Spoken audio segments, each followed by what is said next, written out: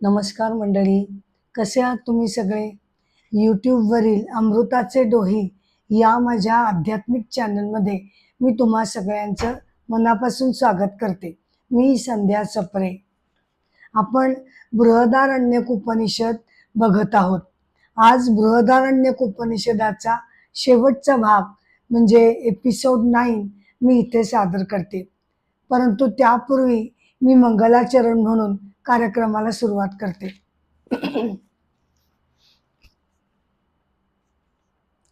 श्रीमन गणाधिपतये नमः.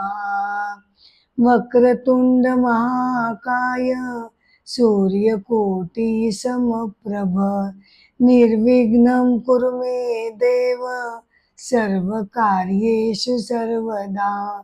नमो देवे महादेवे शिवाये सततं नमः.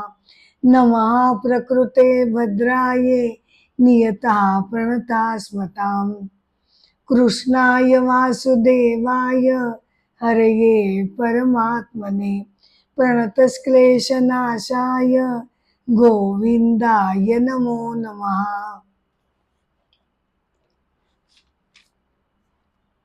आजचा हा बृहदारण्यक उपनिषदाचा शेवटचा भाग. हा भाग आपण प्रार्थनेनं आपण तो साजरा करणार आहोत. याच्यामध्ये प्रसिद्ध प्रार्थना मंत्र आलेला आहे 1.3.28. असतो मा सद्गमय तमसो मा ज्योतिर्गमय मृत्योर्मा अमृतं गमय. ओम शांती शांती शांती. हा जवळपास आपल्या सगळ्यांनाच हा मंत्र माहीत आहे. आपण त्याचा आता अर्थ जाणून घेणार आहोत. त्याचा अर्थ जर आपण बघितला तर असा होतो, असतातून मला तू परमेश्वरा सत्याकडे ने. अंधकारातून मला हे परमेश्वरा तू प्रकाशाकडे ने. मृत्यूतून मला हे परमेश्वरा तू अमृतत्वाकडे मला ने. अतिशय लोभस आणि अर्थपूर्ण अशी ही प्रार्थना आहे. मनाला अंतर्मुख करणारी आणि एकाच वेळेला गंभीरता, गांभीर्य आणि प्रसन्नता याचं मिश्रण असलेली ही प्रार्थना म्हणजे अत्यंत सुंदर असा शब्दांचा, अर्थांचा आविष्कार गणला जातो. ही अर्थसंपन्न अशी प्रार्थना आपण बघणार आहोत. एका श्रेष्ठतम अशा साधकानं परमेश्वराला समर्पित होऊन त्याला केलेली ही प्रार्थना आहे. पण असं जरी असलं बर का, तरी मला असं वाटतं की इथे या प्रार्थनेमध्ये अत्यंत श्रेष्ठ साधक किंवा आत्मज्ञानी योगी ही प्रार्थना देवाला करतोय. पण साधकाच्या प्रगतीचे अनेक टप्पे असतात. सर्वसाधारणपणे म्हणजे संत महात्मा यांचे अपवाद सोडले तर साधारणपणे आपल्यासारख्या साधकांना, म्हणजे आपल्यात सुद्धा अपवाद असतील, मी नाही म्हणत नाही, परंतु ते अपवाद सोडले तर आपल्यासारख्या साधकांना टप्प्याटप्प्यानं एक एक पायरी चढत चढत आपल्याला ही आध्यात्मिक प्रगती साधता येते.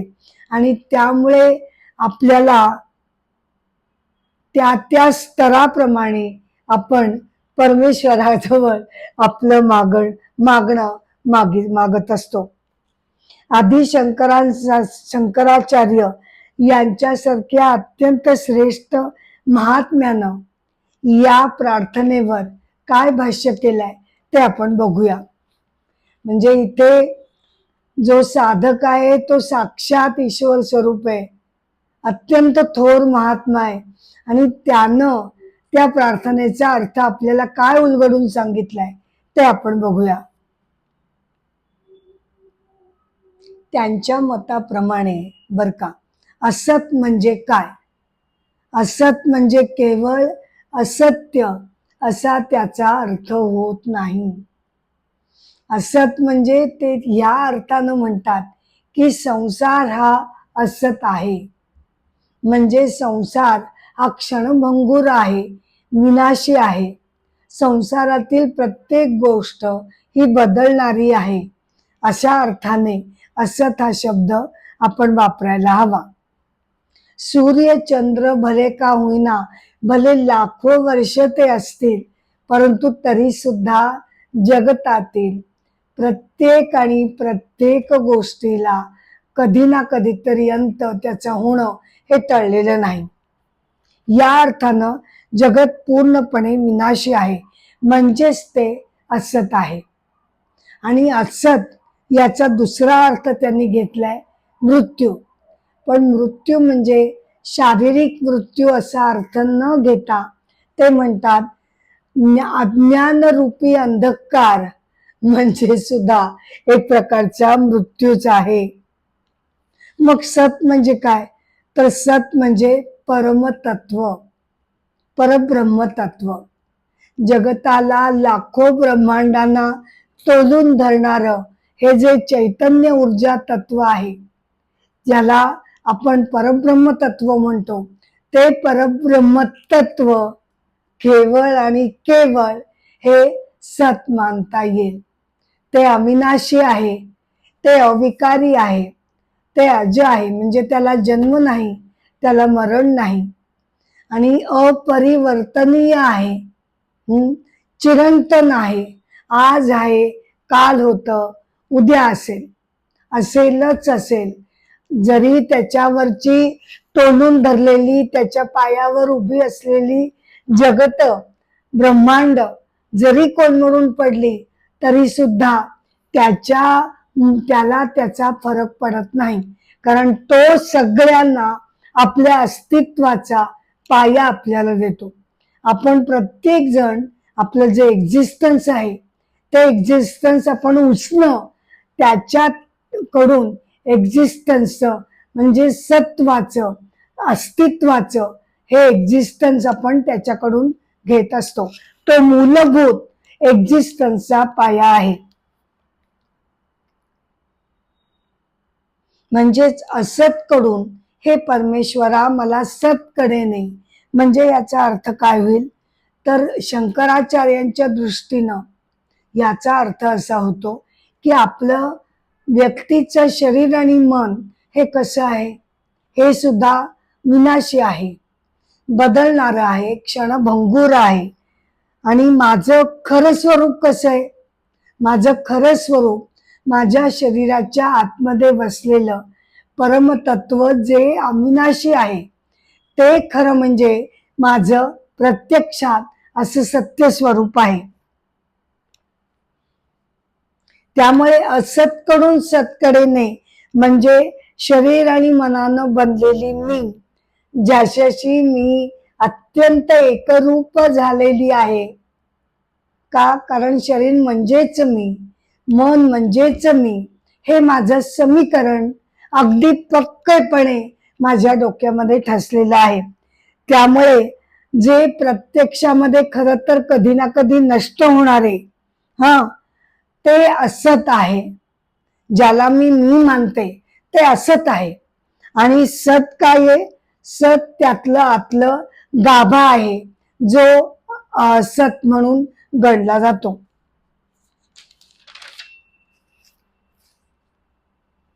म्हणजेच याचा सांकेतिक अर्थ असा होतो की आपण जे शरीर आणि मनाशी पूर्णपणे एकरूप झालेलो असतो, शरीर आणि मनाचं महत्व याच्यामध्ये नाकारलेले नाही, कारण ते आपल्याला मिळालेलं साधन आहे. शरीर आणि मनाच्या मुळेच आपण परमेश्वर प्राप्ती करून घेतो. त्याला जपायचं आहे, त्याला सांभाळायचं आहे. पण आपली जी हजारो टक्क्यांनी त्याच्याशी जी एकरूपता झालेली आहे, ती फक्त तुम्ही काढून टाका. त्याच्याकडे साधन म्हणून ते आपल्याला वापरायला दिलेलं आहे, अशा अर्थानं त्याची काळजी घेऊन त्याचा व्यवस्थित उपयोग करणं हे आपल्या अध्यात्मामध्ये अभिप्रेत आहे. त्यामुळे शरीर आणि मनाशी आपण जे हजारो टक्क्यांनी एकरूप झालेलो असतो, ती एकरूपता तुम्ही हळूहळू त्रयस्थपणे बाजूला करा आणि त्या मानसिकतेमधून बाहेर पडून आपल्या खऱ्या सत्स्वरूपाकडे आपलं लक्ष वळू दे, असा त्याचा अर्थ घेतला जातो. आता तमसो मा ज्योतिर्गमय याचा अर्थ काय होईल तर अंधकारातून हे परमेश्वरा मला तू प्रकाशाकडे ने. आता अंधकार इथे कोणता आहे तर अंधकार हा अज्ञानाचा अंधकार आहे. अज्ञान कसलं आहे तर अज्ञान माझ्या खऱ्या स्वस्वरूपाचं अज्ञान आहे. हे अज्ञान आहे म्हणजे असं नाही की अज्ञानी व्यक्तीमध्ये आत्मतत्व नसतं आणि केवळ जो हे जाणतो त्याच्यामध्ये ते ईश्वरीय तत्व असतं, इतरांमध्ये नाही. असं होत नाही. प्रत्येक आणि प्रत्येक व्यक्तीमध्ये भले मला त्याचा अवेअरनेस नसला तरी आतमध्ये ते ईश्वरीय तत्व आहेच आहे. तेच तर आपल्या शरीर मनाला इंद्रियांना सगळ्यांना प्राण ऊर्जा देतं. त्यामुळे ते आहेच. अध्यात्म आपल्याला काही नवीन गोष्ट आणून देत नाही. अरे अरे तुमच्यामध्ये आत्मतत्व नव्हतं ते मी आता घालून देतो, अशी गोष्ट घडत नाही. ते आहेच आहे. त्याचं फक्त पुनर्शोधन या सिद्धांताद्वारे आपल्याला होतं. जे आहेच त्याचा आपल्याला शोध लावणं हे काम हे वेदांत आपल्यासाठी करत असतं. त्यामुळे अज्ञान जे आहे ते या खऱ्या स्वस्वरूपाचं अज्ञान आहे. आणि ज्योतिर्मय म्हणजे काय की बाबा ते अज्ञान तू बाजूला सार, अज्ञानाचा पडदा दूर कर की मग तुला आतल्या आत्मतत्वाचं दर्शन होईल, असा त्याचा अर्थ होतो. म्हणजेच काय आपल्या शरीर मनाच्या अतीत जाऊन, म्हणजे प्रत्यक्ष अर्थाने नाही, आपल्या भावना आपल्या संवेदना वासना हे सगळं जे चिकटून बसलेलं असतं त्याच्या अतीत जाऊन आत्मसाक्षात्काराची प्रचिती घेणं म्हणजे अंधकारातून ज्योतिर्मयतेकडे त्याचा प्रवास होणं.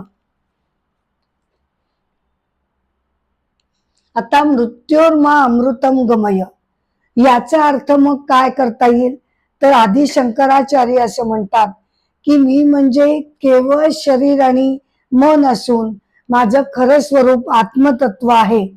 हेच माझं खरं स्वरूप आहे.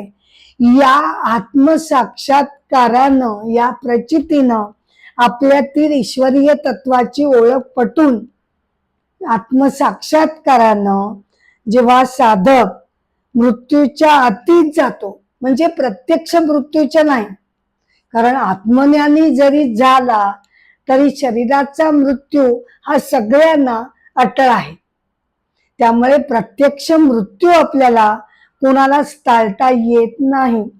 मग त्याच्या अतीत जाणं म्हणजे काय तर त्याच्या अतीत जाणं म्हणजे आपल्या शरीर आणि मनाचं क्षणभंगुरत्व समजून घेणं आणि जन्म मरणाच्या चक्रातून बाहेर पडणं म्हणजे मृत्यूच्या अतीत होणं होय. म्हणजेच श्रेष्ठ आत्मज्ञानी साधक जेव्हा ही प्रार्थना करतो तेव्हा त्याला काय अभिप्रेत असतं तर विनाशी शरीर मनाच्या अतीत जाऊन अविनाशी परमतत्वाचं ध्येय मी समोर ठेवतोय, माझ्यावर कृपा करावी असे साधक परमेश्वराला सांगतो. अज्ञानरूपी अंधकारातून ज्ञानरूप ज्योतीकडे तुम्हाला ने अशी साधक देवाला प्रार्थना करतो. मला मृत्यूकडून अमर्त्यतेकडे तू ने अशी करुणा भागतो. अशा प्रकारे या प्रार्थनेचा अर्थ श्रेष्ठ साधकाच्या स्तरावरून आपल्याला जाणून घेता येतो. परंतु मला असं वाटतं की साधकाच्या त्या स्तराप्रमाणे तो ज्या पायरीवर उभा आहे त्याच्याप्रमाणे त्याच्या परमेश्वराकडे ज्या प्रार्थना आहेत त्याचा अर्थ हा बदलत जाईल. आणि हळूहळू जेव्हा त्याचं स्वतःचं व्यक्तिगत विकसन पूर्ण अर्थाने हे परिपूर्ण होईल, तेव्हाच तो या श्रेष्ठ प्रार्थनेच्या स्तरावर जाऊन मग आता श्रेष्ठ योगी सारखी त्याचीही प्रार्थना ती बनेल. त्यामुळे साधकाच्या स्तरांप्रमाणे या प्रार्थनेचे स्तर मी योजलेले आहेत.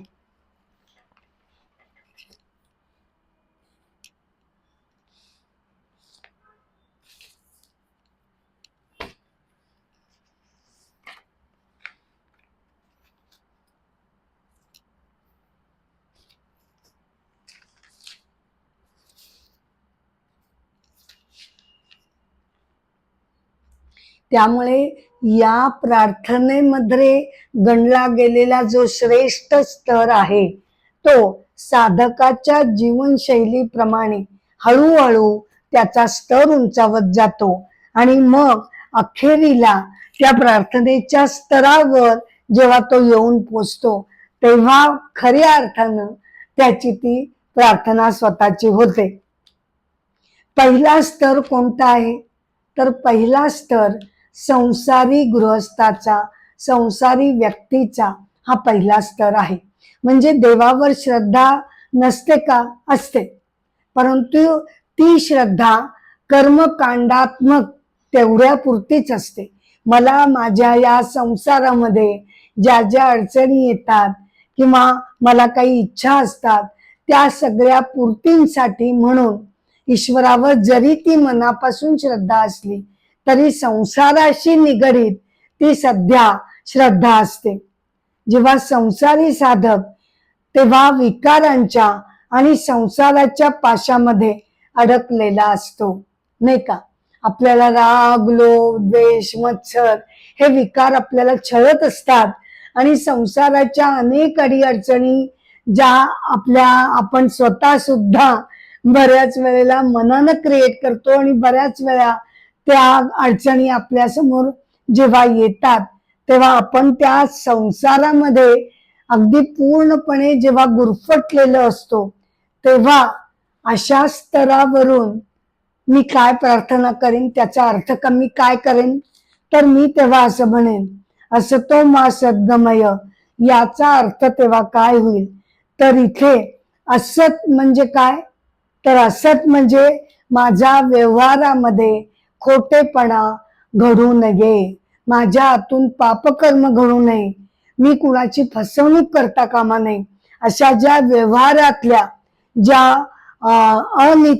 अनितिमान गोष्टी असतील त्या माझ्या हातून घडणं म्हणजे ते असत असा त्याचा अर्थ होतो.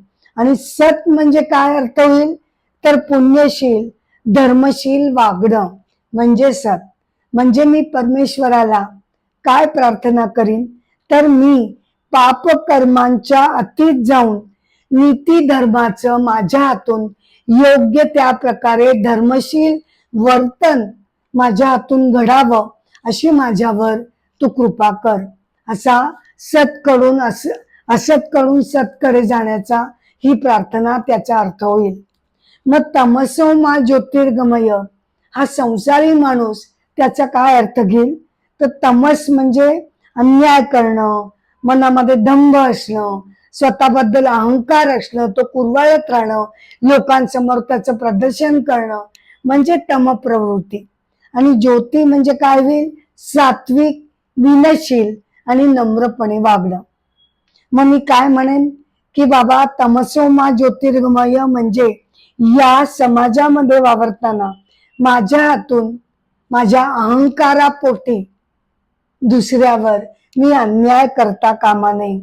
माझ्या शिक्षणाचा, माझ्या वैभवाचा मला गर्व होता कामा नये किंवा दंभ माझ्यामध्ये न येता हे परमेश्वरा मी सदैव सात्विक वृत्तीने, विनयशील वृत्तीनं जगतामध्ये वावरीन असं माझ्यावर तू कृपा कर.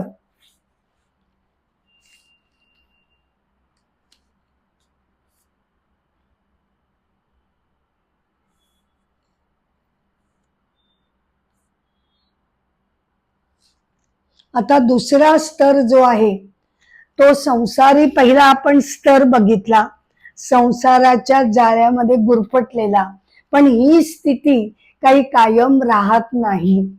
मनातली खरी श्रद्धा हळूहळू त्याचं रूपांतर मुमुक्षत्वामध्ये नक्कीच होतं.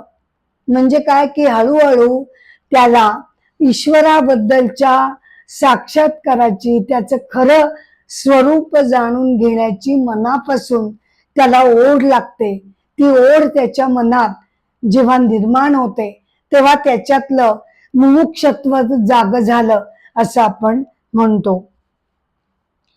तेव्हा मग तो काय प्रार्थना करेल आणि त्याचा अर्थ काय असेल. असतो मा सद्गमयाचा अर्थ मुमुक्षत्व जागृत झाल्यानंतर त्याला आता या विनाशी संसाराचं रूप कळून चुकलाय. भले तो त्या संसारामध्ये अजून असेलही, पण पूर्वी काय घडलं तर की तेच सगळं खरं आहे, तेच सगळं सर्वस्व आहे हे तो मानत होता.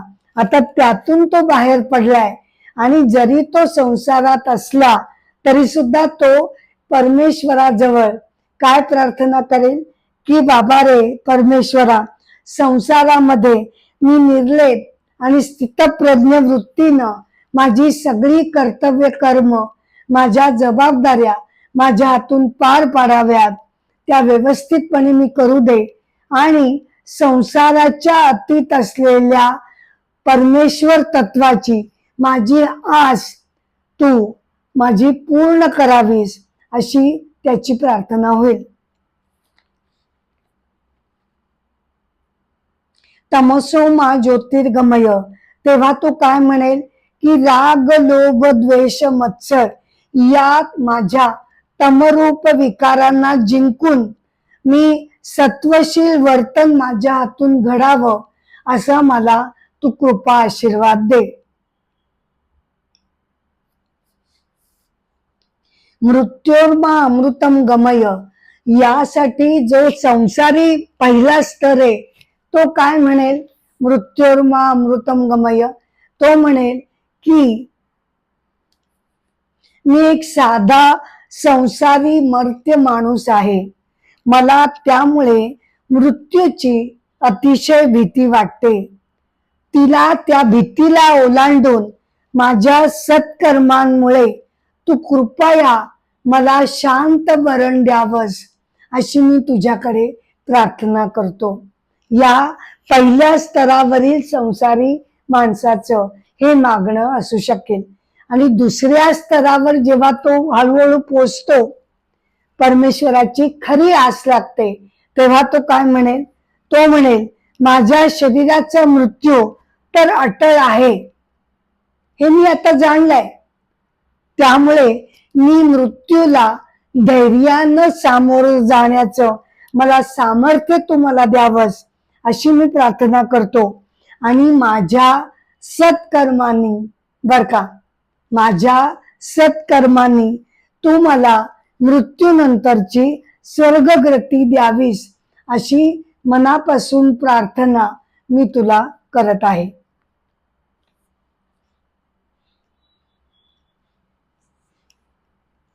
आता साधकाचा शेवटचा तिसरा स्तर, जेव्हा आता तो तपस्येनं निष्काम कर्मांनी साधनेनं त्याच्या ध्यानधारणेनं या सगळ्या साधनांनी आता तो त्याचं मुमुक्षत्व पार करून तो आत्मज्ञानी योगी साधक झालेला आहे, तेव्हा आता तो प्रार्थनेमधील गांभीर्य, त्यामधील श्रेष्ठ मागणी आणि प्रार्थनेचं या तेजस्वी रूप आता खऱ्या अर्थानं साधकाच्या मनामध्ये उतरायला लागतं आणि स्वतःच्या व्यक्तिगत विकसनासाठी प्रार्थनेचा आरंभ होतो, नाही का.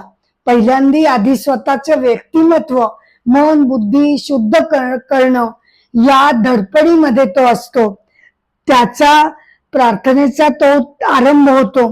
मग श्रवण मनन चिंतनानं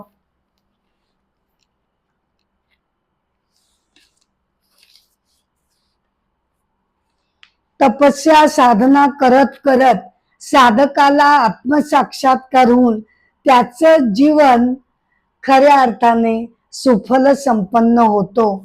व्यक्तिगत स्वार्थ, हेवे दावे, मत्सर या सगळ्या संकुचित वृत्ती यांचा सहजी त्याच्याकडून त्याग होतो आणि ही प्रार्थना मग नुसती ओठावर शब्दरूप न राहता ती प्रार्थना साधकता त्याच्या प्रत्यक्ष वागणुकीतून ती प्रार्थना खऱ्या अर्थानं ती तो जगायला लागतो. अज्ञानरूपी अंधकार दूर करून आता मन आत्मतत्वामध्ये त्याचं स्थिरावतं आणि तो स्वतःच जणू साक्षात ईश्वर स्वरूप होतो आणि मृत्यूलाही जिंकून अमर्त्य होतो. असतो मा सद्गमय तमसो मा ज्योतिर्गमय मृत्योर्मा अमृतम गमय अशी ही हृदयाला स्पर्श करणारी उत्कट प्रार्थना साधकाच्या अंतःकरणापासून ती उमटलेली प्रार्थना साक्षात ईश्वर चरणांशी समर्पित होऊन ती समर्पित होऊन जाते.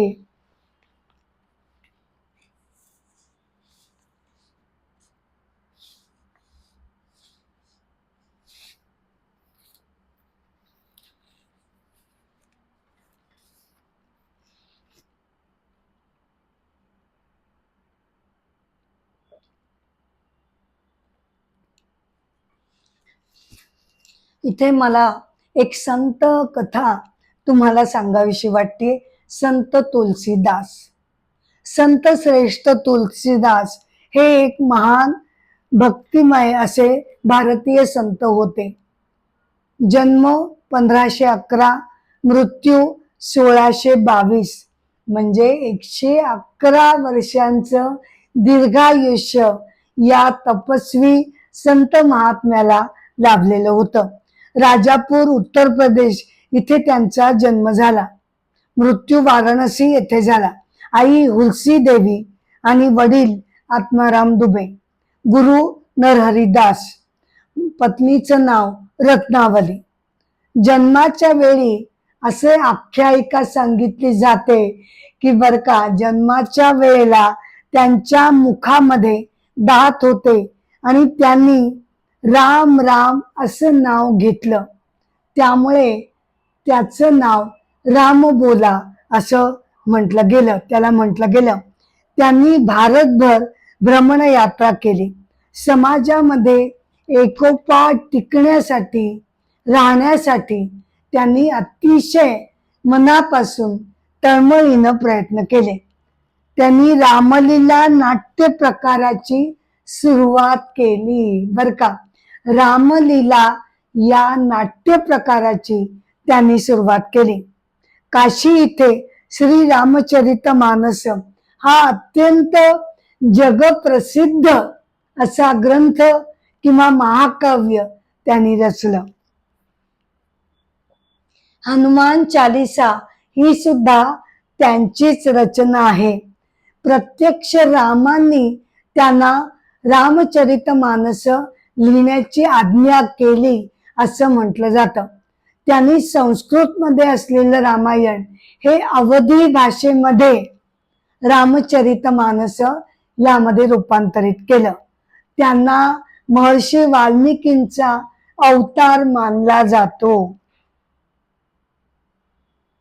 त्यामध्ये त्यांनी भक्तीचा संदेश दिलेला आहे.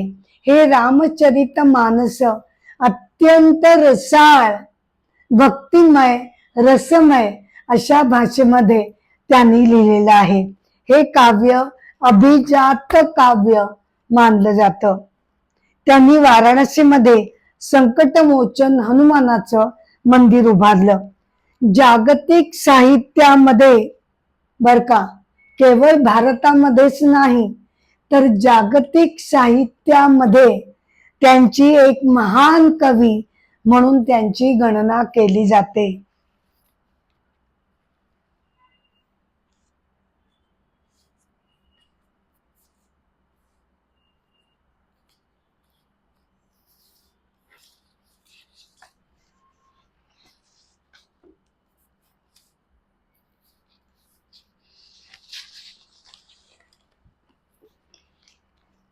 आपण तमसो मा ज्योतिर्गमय या प्रार्थनेचा आपण अर्थ बघितला.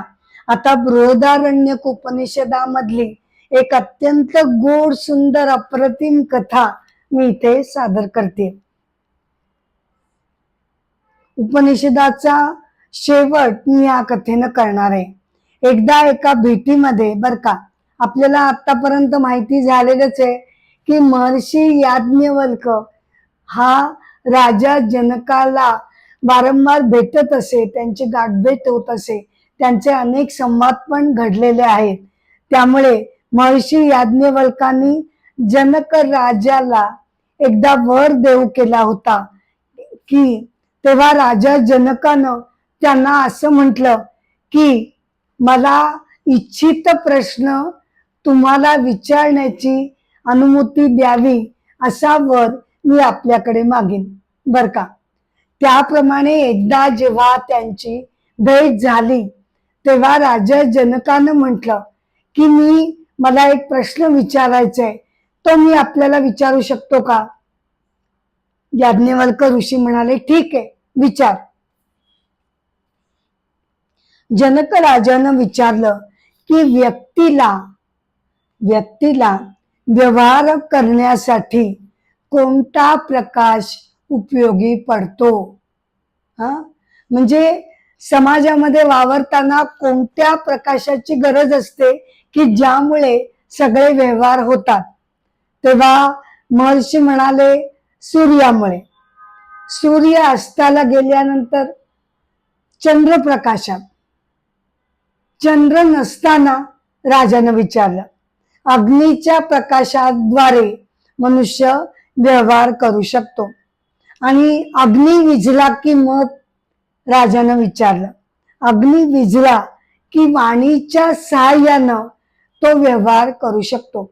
अंधारात सुद्धा एकमेकांशी बोलून व्यवहार करता येतात. आणि चंद्र सूर्य मावळले, अग्नी विझला, वाणी सुद्धा शांत झाली की मग काय? राजानं विचारलं बर का. तेव्हा याज्ञवल्क ऋषी हसून म्हणाले की तेव्हा काय, नेहमीच, निरंतर, तेव्हा सुद्धा आणि निरंतर आपल्यातील जी आत्मज्योती आहे तिच्या प्रकाश ऊर्जेमुळे हे सगळे व्यवहार घडत असतात. आत्मज्योती म्हणजे काय? राजानं विचारलं. आत्मज्योती म्हणजे ही स्वयंप्रकाशित असं हे परमेश्वर तत्व आहे आणि ते प्रत्येकाच्या हृदयामध्ये ते स्थित आहे.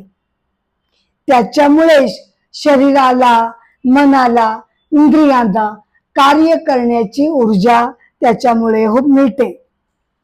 कारण शरीर, मन, इंद्रिय ही सगळी जड आहेत. प्रकृती करणं ती मिळालेली आहेत आणि ती जड आहेत. म्हणजे त्याच्यामध्ये शरीरामध्ये स्वतःची अशी चैतन्य शक्ती नाही. ती चैतन्य शक्ती त्याला या ईश्वर रूप आत्मतत्वामुळे ती शक्ती त्याला मिळते. तर अशी ही अपूर्व आत्मज्योत प्रत्येकाच्या हृदयामध्ये ही त्याला कार्य करायला उद्युक्त करत असते. आता या आत्मतत्वाच्या ज्योतिर्मय स्वयंप्रकाशित तत्वाच्या संदर्भात मला तुम्हाला एक कथा सांगायची आहे आणि मग या कथेनं या प्रार्थनेचा समारोप करून आणि बृहदारण्यक उपनिषदाचे सर्व भाग आता इथे समाप्त झालेले आहेत. त्यानंतर पुढच्या एपिसोडमध्ये वेगळे विषय घेऊन मी तुमच्या भेटीला येणार आहे. तर ही कथा आहे मोक्षगुंडम विश्वेश्वरय्या या श्रेष्ठ व्यक्तीची. जन्म 1861, मृत्यू 1962. जन्म त्यांचा कर्नाटकामधील मुद्देनहळ्ळी या गावी त्यांचा जन्म झाला.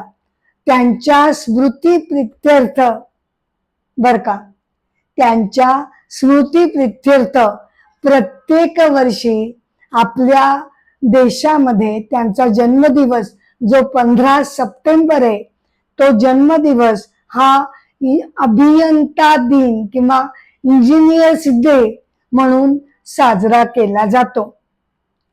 त्यांच्या वडिलांचं नाव श्रीनिवास शास्त्री, आई व्यंकटलक्ष्मा. त्यांनी इंजिनिअरिंगचे शिक्षण पुणे येथे घेतले. 1883 साली ते प्रथम श्रेणीनं त्यामध्ये उत्तीर्ण झाले. मग त्यांनी पूरनियंत्रण द्वार प्रणाली, स्वयंचलित द्वार प्रणाली विकसित केली आणि पुणे येथे खडकवासला धरणाला ती लावण्यात आली. त्यांनी कावेरी नदीवर कृष्णराज सागर धरणाची निर्मिती केली. म्हैसूर राज्याचे पिता म्हणून ते ओळखले जातात. त्यांना भारतरत्न हा सर्वोच्च पुरस्कार त्यांच्या निष्काम वृत्तीनं निरलसपणे अखंडपणे कार्य करण्यासाठी या निष्काम कर्मयोगीला हा भारतरत्न हा पुरस्कार देण्यात आला. त्यांनी अनेक औद्योगिक प्रकल्पांची सुरुवात केली. 1952 साली बर का 1952 साली त्यांनी गंगा नदीवर राजेंद्र सेतू पूल उभारला. तेव्हा त्यांचं वय बर का तेव्हा त्यांचं वय काही फार नव्हतं, फक्त 92 वर्षाचं त्यांचं वय होतं. त्यांना त्यांच्या चिरतारुण्याचं उत्साहाचं निष्काम कर्म करत राहण्याचं त्यांना जेव्हा लोकांनी रहस्य विचारलं की कसं काय तुम्ही एवढे ऊर्जात्मक राहता, तेव्हा ते मिश्किलपणे म्हणाले की जेव्हा जेव्हा यमराजाचे दूत माझ्या घरावर दार खटखटतात तेव्हा मी त्यांना असं सांगतो की विश्वेश्वरय्या घर पे नहीं है, असं त्यांनी मोठ्या मिश्किलपणे हे उत्तर दिलं. त्यांनी समाज कल्याणासाठी अनेक अनेक उत्तम कार्य त्यांच्या हातून त्यांनी घडवली. त्यांनी म्हैसूर युनिव्हर्सिटीची स्थापना केली. अनेक शाळा कॉलेजेस त्यांनी उभारल्या. अनेक इंडस्ट्रीज उभारण्यासाठी ते प्रयत्नरत राहिले. त्यांचं आयुष्य म्हणजे देशसेवेसाठी, देशाच्या भल्यासाठी, देशाच्या उन्नतीसाठी वाहिलेलं त्यांचं निष्काम कर्मरूप त्यांची ही आदरांजली होती. असे हे भारतरत्न विजेते विश्वेश्वरय्या. त्यांना नम्रपणे अभिवादन करून की ज्यांनी आपल्या कर्मांच्या द्वारे ही प्रार्थना मृत्योर्मा अमृतम गमय ही जी प्रार्थना आपण आता बघितली, जी त्यांनी आपल्या निष्काम कर्मांच्या यज्ञाने ती त्यांनी सिद्ध केली, अशी कथा तुम्हाला सांगून या महात्म्याचे स्मरण करून मी या एपिसोडची सांगता करत आहे. या एपिसोडची आणि बृहदारण्यक उपनिषदाची सांगता जरी इथे होत असली तरी सुद्धा अनेक विषय घेऊन मी तुमच्या भेटीला येतच राहणार आहे. मी तुम्हाला नम्रपणे विनंती करते की कृपया अमृताचे डोही या YouTube वरील माझ्या आध्यात्मिक चॅनलला कृपया तुम्ही शेअर करावं, लाईक करावं आणि सबस्क्राईब करावं ही माझी मनापासून प्रार्थना आहे. एपिसोडची सांगता मी गजरानं करत आहे. जय जय राम राम कृष्ण हरी, जय जय राम राम कृष्ण हरी हरी, राजा राम कृष्ण हरी, राजा राम कृष्ण हरी हरी, जय जय राम राम कृष्ण हरी हरी. नमस्कार.